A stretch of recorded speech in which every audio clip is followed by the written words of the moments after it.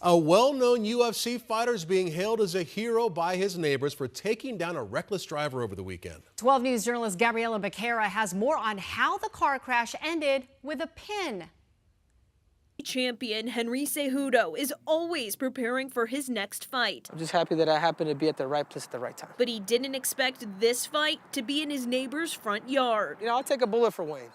And that's how us neighbors are. Cejudo was on his driveway Friday night when a car came speeding around the corner. Man, they were driving with confidence, like pedal to the metal type thing. The car jumped the curb, landing inside his neighbor's house. The largest thump you could ever think of, if you ever heard like a thunderstorm, like think about, sounded like that. 4 people got out of the car and tried to run away. The driver, identified as 22-year-old Angel Cota, allegedly became combative with the homeowner. Cejudo says Cota hit his neighbor and his wife. And once I saw that, I was like, all right, it's time for me to take this into my own hands. Cejudo tackled Cota to the ground, pinning him until police arrived. As soon as I dropped him down, I put my weight on his hips. I put one arm behind his back, and then I went with the other one. And then when I did that, I pretty much just grabbed both of them, put it into one. And then I will say this, I did slap him. So I'm just like, hey man, you're doing this, and you know, my kids could be outside, you kill somebody. Cejudo has been competing in mixed martial arts for most of his life. He took home Olympic gold in 2008, an achievement that's not uncommon on this block. The 2020 Olympian for the United States. So your neighbor is an Olympian as well? Yeah. Oh, so this is a street of Olympians. Yeah, pretty much. Cejudo says he's thankful no one was seriously injured. Luckily, everybody came together, and there's no way that these guys were going to overpower us. And he was able to put his MMA training to good use. I just did my job. I'm no hero. Not every hero has a cape, or not every hero has a gold medal. But you do. But I do.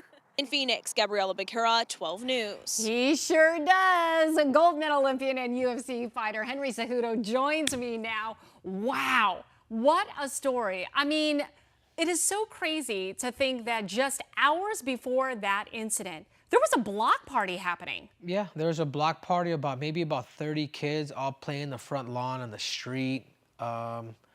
And, you know, it's just a bunch of adults, just a bunch of families getting together. Yeah. And the neighborhood has changed. It used to just be, you know, nobody used to go out, but like these last years with COVID and everything that happened, there's a lot of kids in our neighborhood now. Yeah, no, including yours. You've got 2 young kids, right? Yeah, 3 and 1. 3 and 1. How frightening that could have been. So when you saw this unfold, you know, and he's beating up on your good friend who's your neighbor, I mean, instantly, what did you think? Yeah, well, first of all, I saw the car speed. So the car was probably going about 80 miles an hour. And there's like a U. So I think they're just having a joyride. Just a bunch of, not even teenagers, because they're young adults. I mean, the driver was 22 years old.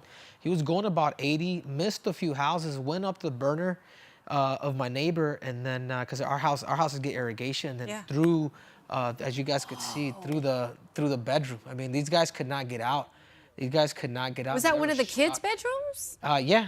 One of, well, they're no longer kids, but if, you know, luckily Rebecca now she's a mother of 1. Okay. And they, you know, they spend a lot of time, including like, you know, Sarah Sponcia, who is a 2020 Olympian. That's her dad. Wow. So she could have been there. So luckily nobody got hurt. And then luckily I was even there because once I grabbed him, picked him up, dropped him, put his hands behind his back, my neighbor was like, he pulled out a gun, and I mean, Wayne, my neighbor who got assaulted, whose house was pretty much damaged. Yeah. And on top of that, his house gets broken into or pretty much damaged, and the dude ends up assaulting him and punching him. Yeah. So I think once I saw that, I knew I had to take matters to my own hand. You know, but that's just the crazy world that we live in today. Yeah, messing with the wrong person, clearly. Okay, I gotta ask, if you don't mind, what's up with the gold pajamas? Oh, that's, you know, that's, I saw that and I was like, wait a minute. You gotta be a gold medalist to understand that. So. Okay, that was so crazy. Okay, speaking of, I love those pajamas. They look so comfortable. Yeah, okay. So I was actually doing a skit, but I do wear them, but I was actually doing a skit that day.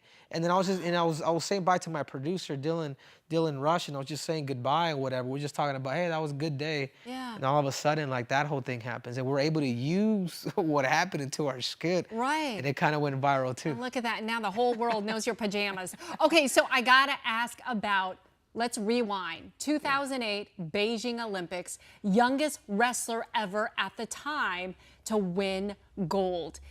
And this is an interesting story behind that gold medal. I asked you, can you bring that gold medal on? And you couldn't. Yeah, Why? 2017, I went to a fundraiser, and we had the largest fire in California history. It was at the Santa Rosa fires. This is 2017. Yeah. Jerry Rice, Barry Bonds, like the biggest names were at these events. And the hotel caught on fire. I was the last one to leave. I happened to jump off the 2-story hotel that we're staying at the Fontaine. Wow. And escaped. I just had nothing but slacks on. It was cold that night. Yeah. My gold medal burned down, my Olympic ring. I brought out my memorabilia to kind of show people. Oh. And but more importantly, it's not even about the gold medal, honestly, because I'm just happy to be alive. Yeah, no kidding. Way to put life in perspective. Oh, that course. hurts. You can still get a replica of it, right? I could. Something? I could. I'm going to. It's been a while, but I got to write a letter You're a little to the busy. IOC. Yeah. And I don't have the original, but it's all good. It's always been the feeling of becoming an Olympic champion. Right, right. Okay, so UFC. How did you parlay, go from wrestling into MMA? I mean, was this always in the works in the long run, or? Yeah. I've always been a fan of it. I think growing up in Maryville, growing up in West Phoenix, you grow up in a tough neighborhood, tough life.